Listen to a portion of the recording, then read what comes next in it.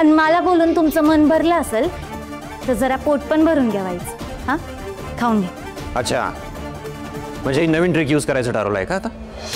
शांत राहून माझा राग एन्जॉय करायचा, हो ना? बोल ना, काय झालं?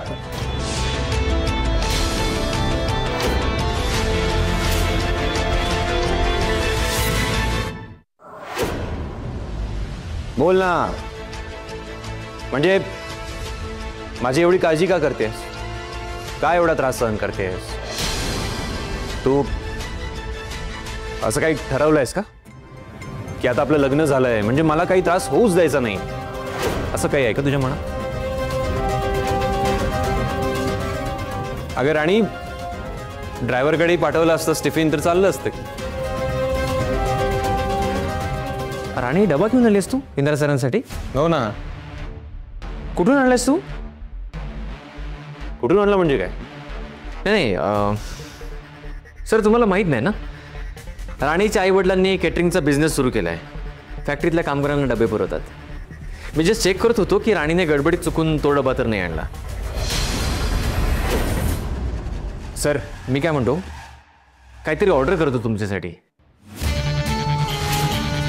आपल्यात आणि त्यांच्या खाण्यामध्ये फरक आहे ना, आणि तुम्हालाही त्यांच्यातलं खाणं आवडणार नाही, राईट? का नाही आवडणार?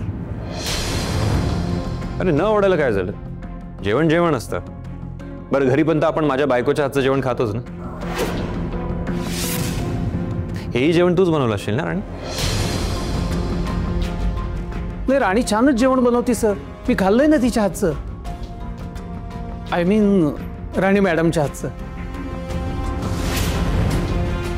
सर, तुम्ही टेस्ट करा ना. आणि तसा आत्ताही लंच ब्रेकच सुरू आहे. हो, मग आता लगेच सुरुवात करतो.